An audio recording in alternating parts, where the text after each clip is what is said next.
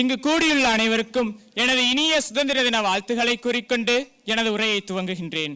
ஆடுவோமே பள்ளு பாடுவோமே, ஆனந்த சுதந்திரம் அடைந்து விட்டோம் என்று நம் நாடு விடுதலை பெறுவதற்கு முன்பே பாடி மகிழ்ந்தார் மகாகவி பாரதியார். அந்த வீர சுதந்திரத்தை பெற்று தந்தவர்களை பற்றி இந்நாளில் நினைவு கூற வேண்டியது நம் அனைவருடைய கடமையாகும். அந்நோக்கில் தியாக செம்மல்கள் பலரை பற்றி நான் இப்பொழுது உங்கள் முன் பேச வந்துள்ளேன். ஜான்சி ராணி தன்னுடைய குழந்தையை முதுகில் சுமந்து கொண்டு இந்தியாவை அந்நியர்களிடமிருந்து காப்பேன் என்று கூறி ஆங்கிலேயர்களை எதிர்த்து போரிட்டார். புதுக்கோட்டை மன்னன் ஆங்கிலேயர்களிடம் கட்டபொம்மனை காட்டி கொடுத்து விட்டார். இதனால் ஆங்கிலேயர்கள் கட்டபொம்மனை கைது செய்து தூக்கிலிடும் போது அவர் கம்பீரத்துடன் எனது தாய் மண்ணை காக்க பாளையக்காரர்களை திரட்டினேன், போர் நடத்தினேன் என்று கூறி கம்பீரமாக நம் நாட்டிற்காக உயிரை தியாகம் செய்தார். மருது சகோதரர்கள் மக்களை அந்நியர்களிடமிருந்து காப்பது நமது கடமை, நம் நாட்டிற்காக வீர மரணம் அடைவதும் பெருமை என்று கூறி ஆங்கிலேயர்களை எதிர்த்து போரிட்டு நம் நாட்டிற்காக வீர மரணம் அடைந்தனர். தீரன் சின்னமலையை வெல்ல முடியாது என்று எண்ணிய ஆங்கிலேயர்கள் சூழ்ச்சி முறையாக அவரை கைது செய்து சங்ககிரி கோட்டைக்கு அழைத்து சென்று அவரை தூக்கிலிட்டனர். நாட்டின் முன்னேற்றம் என்பது எல்லாருடைய வளர்ச்சியிலும் அடங்கியுள்ளது என்று கூறிய கப்பலோட்டிய தமிழன் வ.உ. சிதம்பரனார் ஆங்கிலேயர்களை எதிர்த்து போரிட்டார். இதனால் ஆங்கிலேயர்கள் அவரை கைது செய்து சிறையில் செக்கிழுக்க வைத்தனர். இப்படி பல துன்பங்களை ஏற்றுக்கொண்டு நம் நாட்டிற்காக போராடி உயிரை தியாகம் செய்தார் வ.உ.சி. தனி ஒரு மனிதனை கொலை செய்வது சுலபமானது, ஆனால் விடுதலை வேட்கையை கொல்ல முடியாது என்று பாரத மக்களால் நேசிக்கப்பட்ட புரட்சியாளன் பகத்சிங் கூறினார். என் மரணம் இந்திய மக்களுக்கு ஒரு செய்தியை அனுப்பும். என்னவென்றால், இந்த பகத்சிங்கின் தியாகம் இந்திய விடுதலை போராட்டத்துக்கு ஒரு உத்வேகமாக இருக்கும் என்பதுதான். திருப்பூர் குமரன் அவருடைய கையில் நம் நாட்டின் தேசிய கொடியை ஏந்தி பிரிட்டிஷ் சாம்ராஜ்யத்துக்கு எதிராக போராடினார். அப்பொழுது காவல்துறை தாக்குதலில் அவர் தடியடிபட்டு உயிரிழந்தார். இறக்கும் தருவாயிலும் நம் நாட்டின் தேசிய கொடியை கீழே விழாமல் பிடித்திருந்தார். எனவே அவர் மக்களால் கொடிகாத்த குமரன் என்று அழைக்கப்படுகின்றார்.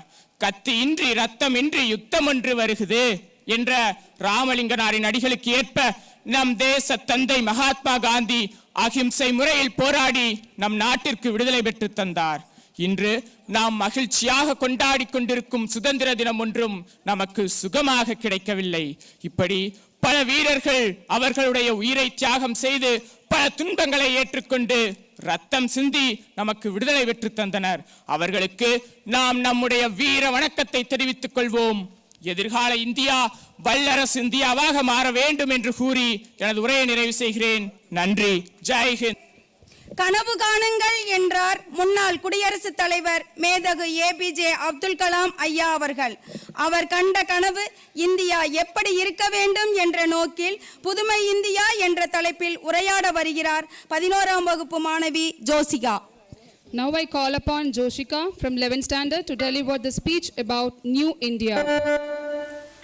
இங்கே கூடியுள்ள அனைவருக்கும் என் முத்தான முதற்கண் வணக்கங்களும் சுதந்திர தின நல்வாழ்த்துக்களையும் தெரிவித்துக் கொள்கிறேன். இந்திய நாட்டின் விடுதலைக்கு வித்திட்ட வீரர்களை தலைவணங்கி புதிய இந்தியா என்ற தலைப்பில் உங்கள் முன் உரையாட விதைகிறேன். பொன்னொழில் பாரத நாடெங்கள் நாடு, இதை போற்றுவதில் எமக்கில்லை ஈடு என்ற கவிதை வரிகளின் மூலம் உலகில் பாரத நாட்டுக்கிணையாக வேற நாடு இல்லை என்று மகாகவி பாரதியார் பாடியிருக்கிறார். இந்தியா உலகின் மிக பெரிய ஜனநாயக நாடாகும். இந்தியாவின் வளர்ச்சி என்பது புதிய தொழில்நுட்பத்துடன் இணைந்து அனைத்து துறைகளிலும் வளர்ச்சியை காண்பதாகும். புதிய இந்தியா என்பது புதிய தொழில்நுட்பம், இயற்கை வளங்கள் பாதுகாப்பு, சமூக சேவை, சமூக அக்கறை, பொருளாதார வளர்ச்சி, பொதுமக்கள் பாதுகாப்பு என அனைத்தையும் உள்ளடக்கியதாகும். புதிய இந்தியா என்பது ஓர் வேகமாக வளர்ந்து வரும் நாடாகும். 21ஆம் நூற்றாண்டில் இந்தியா பல துறைகளில் முன்னேற்றம் அடைந்துள்ளது. நவீன தொழில்நுட்பத்தில் கூட இந்தியா உலகின் மிக முக்கியமான இடத்தை பிடித்துள்ளது. இன்றைய இந்தியாவில் ஸ்டார்ட் அப் கலாச்சாரம் மிக விரைவாக வளர்ந்து வருகிறது. கல்வித்துறையில் கூட இந்தியாவில் IIT மற்றும் IIM போன்ற மிகப்பெரிய நிறுவனங்கள் வளர்ந்து வருகிறது. மருத்துவத்துறையில் கூட இந்தியா பெரும் முன்னேற்றத்தை அடைந்துள்ளது. அதற்கு சிறந்த எடுத்துக்காட்டாக கொரோனா தொற்று காலகட்டத்தில் இந்தியா தனது தடுப்பூசி தயாரிப்பில் மிகப்பெரிய வெற்றி அடைந்ததை கூறலாம். இந்தியா தனது கலாச்சாரத்தில் மரபு மற்றும் பண்பாட்டை பேணி காத்து வருகின்றது. அன்று இந்தியா என்ற ஒரு நாடு உண்டு, ஏலம் கிராம்பு பெறுவதுண்டு, பொன்னும் பொருளும் மிகவுண்டு, போக்கறியாதவர்கள் பலருண்டு என எண்ணியவர்கள் எல்லாம் இன்று இந்தியா என்ற ஒரு நாடு உண்டு, அறிவியல் அறிஞர்கள் பலருண்டு, அறிவியல் வளர்ச்சிகள் மிக உண்டு, அப்துல் கலாம் போன்ற பல விஞ்ஞானிகள் உண்டு என அஞ்சும் அளவிற்கு வளம் பல பெற்று வளர்ந்திருக்கின்றது என்றால் அது உண்மை. காசி நகர் புலவர் பேசும் முறைதான் காஞ்சியில் கேட்க ஓர் கருவி செய்வோம் என்ற பாரதியின் கற்பனை வரிகள் இன்று உண்மையாய் விட்டது. தொலைத்தொடர்பில் இன்று பல மடங்கு முன்னேற்றம் அடைந்துள்ளது.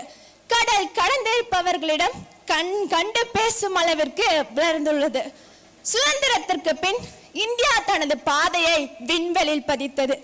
விண்வெளி ஆய்வில் தலை சிறந்த 5 நாடுகளுள் இந்தியாவும் ஒரு நாடாக காணப்படுகிறது. இஸ்ரோ எனப்படும் விண்வெளி ஆய்வுத்துறையின் மூலம் மங்கள்யான், சந்திராயன் போன்ற விண்வெளி ஓடங்களை செவ்வாய், சந்திரன் ஆகியவற்றிற்கு அனுப்பியிருந்தது.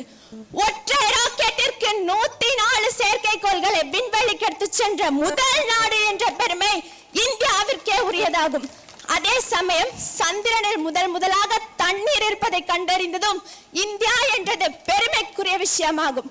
இவ்வாறு சுதந்திரத்திற்கு பின் இந்தியா பல துறைகளில் முன்னேற்றம் அடைந்தாலும் சாதி மத பாகுபாட்டின் காரணமாக மக்களிடையே பல ஏற்றத்தாழ்வுகள் இன்று வரை நழுவி வருவது கவலைக்குரிய விஷயமாகும்.